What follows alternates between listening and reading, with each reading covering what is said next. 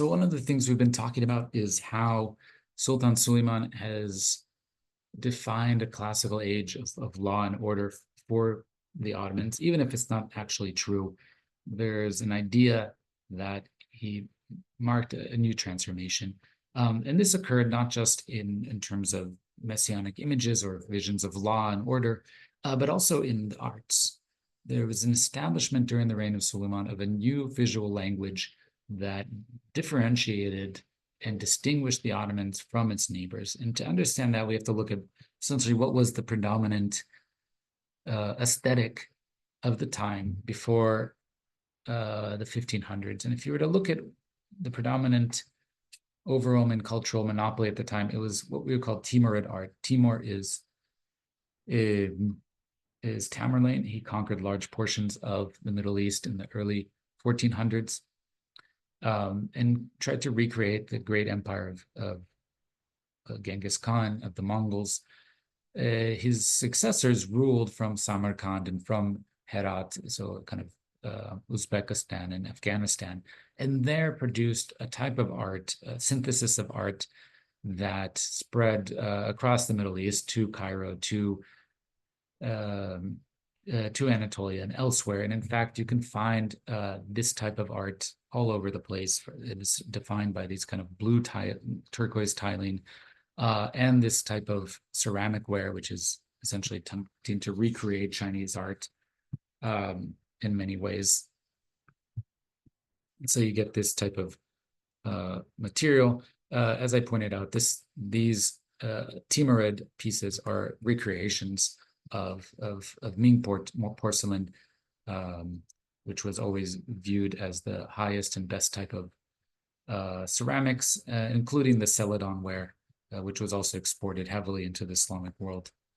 But under Suleiman, the palace undertook a program of creating a new artistic and visual language. And that went through architecture, it went through the decorative arts and all sorts of things. And one of the clearest things is just in ceramics. In the town of Iznik, one of the first cities that the Ottomans conquered, they developed a new aesthetic of ceramics called Iznik ware, which you can see kind of defined by these tiles back here. They're essentially blue with some turquoise bits, white, and then this very distinctive red glaze slip as part of it. And if you can look closely, you know these are real because the red part, it's a kind of slip. So it's not just a paint that melts flat in the kilns, but it actually has some three-dimensional texture. It feels like bumps, right? And this was recreated everywhere from these tile installments on walls, but also more often on plates, tiles that would be installed all over mosques and the palaces. And pieces of this very same visual language, the type of flowers and the connection and the type of motifs were repeated across mediums. So if we look at cloth, textiles is probably the most expensive and largest creation of economic wealth in pre-modern societies. I think it's probably like 33% of the economy was based off of textiles, just because it took so much labor, and there's so many different ways of making it luxurious or simple, and everyone needed textiles and they were difficult to produce. Textiles also recreated this type of visual language, repurposing the types of motifs from tile work and elsewhere in the brocades that would line imperial caftans and so forth. Let's see if I have it. And this is, you can see here, is that the Ottomans avoided figurative imagery here. They never continued. When we look at an Ottoman mosque, you don't see paintings, you don't see anything like that as you would find in a church, but also very different from what you would find in Safavid art and Safavid textiles, which is heavily figurative, right? So they also create these elaborate silk brocades, but then they have images, hunting scenes, things from the Shahnameh, other pieces like this, in which figurative depictions are quite common. The same visual language was kind of codified not just by the palace and its ceramic let's say, kilns and program, but also by Mimar Sinan. By the way, the ceramics were also initially bought by other high-ranking officials, figures like grand viziers and other men who used them in their own palaces, but also ultimately built mosques that were able to use these Iznik ware tiles. And in fact, initially, for the first 50 to 100 years, Iznik ware was limited to a small elite, basically the palace and people tied to the palace. Eventually, it became more popular. It was allowed to spread to the rest of the population.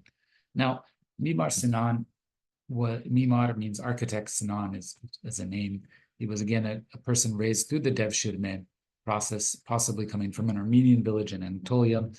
But we know that he lived a very long time and oversaw almost all the projects under Suleiman's reign and then afterwards for a good decade. And he undertook the creation of the major mosque of Suleiman. So this is the Suleymaniye, Suleiman's massive imperial mosque. Each sultan that conquers an area, a significant area, is entitled to build a massive mosque in Istanbul. Of course, this creates problems later on because there's limited amount of real estate and they're usually on hills, so there's not that many hills. But each one is allowed to build a giant mosque. And this is Suleiman's. Selim had one, so did Mehmed II, so did Bayezid II. And here is the Suleymaniye, which is probably my favorite. You can see 4 minarets here. We can tell this is Imperial Mosque because it has 3 little balconies on the minarets. And inside is it's on a elevated platform which oversees the rest of Istanbul. If you were to go in, you would see relatively somber decorations. This is again built during his more non-Messianic period, so we're avoiding the Iznik tile work, which is supposed to have decorated this type of mosque. Instead, you just have calligraphy. We don't actually know what the lighting was like. This is all, to some degree, decoration derived from the 18th century. None of this is original, by the way. But we at least know that there wasn't originally tile on it. And this mosque is, again, celebrated even in Ottoman miniatures of the time. One of the things you can see here, this is the mosque from above. No, sorry, this is a dune. The Suleymaniye is an attempt to create a gigantic central dome mosque, very similar to the ones that they saw in Hagia Sophia, which they had conquered and attempted to best. But it was almost impossible engineering-wise to create something larger than Hagia Sophia. This was eventually done partially by Mimar Sinan, but more by his successor in Edirne, so not in the city that, not in Istanbul, but in a different city that served as the Ottoman capital at times. And this is that major mosque called the Selimiye. And this is the first one that's actually bigger than Hagia Sophia. It's absolutely gigantic. And you can kind of see just the construction. There's one central dome, there's side domes, there's different parts in different levels. By the way, these mosques are not just mosques. They actually have, if you were to look closely over here and behind them, they have a variety of other institutions. They're kind of complexes, sometimes called kuliye, which would be comprised of usually an elementary school or two, multiple madrasas, a soup kitchen. In the case of the Suleymaniye, there's also a medical school, bathhouses, and some other pieces. So they're large kind of charitable endeavors that provided multiple services to the local population. And in fact, by the time by kind of 1600 or so, the skyline of Istanbul or Constantinople had been filled up with these imperial mosques. As time goes by and it becomes harder and harder to the Ottomans to create conquests, the mosques become less and less frequent. And in fact, the queen mothers end up building most of the mosques. They're not limited by the fact that they have to conquer territory. But what's interesting is that the Ottomans were obsessed with mosques. You think, okay, this is normal because they're an Islamic power. Mosques are what you build. But if you were to look at the Mughals or the Safavids, what they emphasized was not mosques.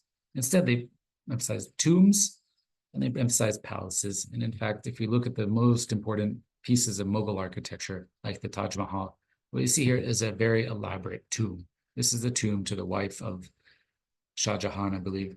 Um, uh, which is an absolutely amazing, gigantic structure, but it's not meant to be a space of congregational worship in any way. And the same goes for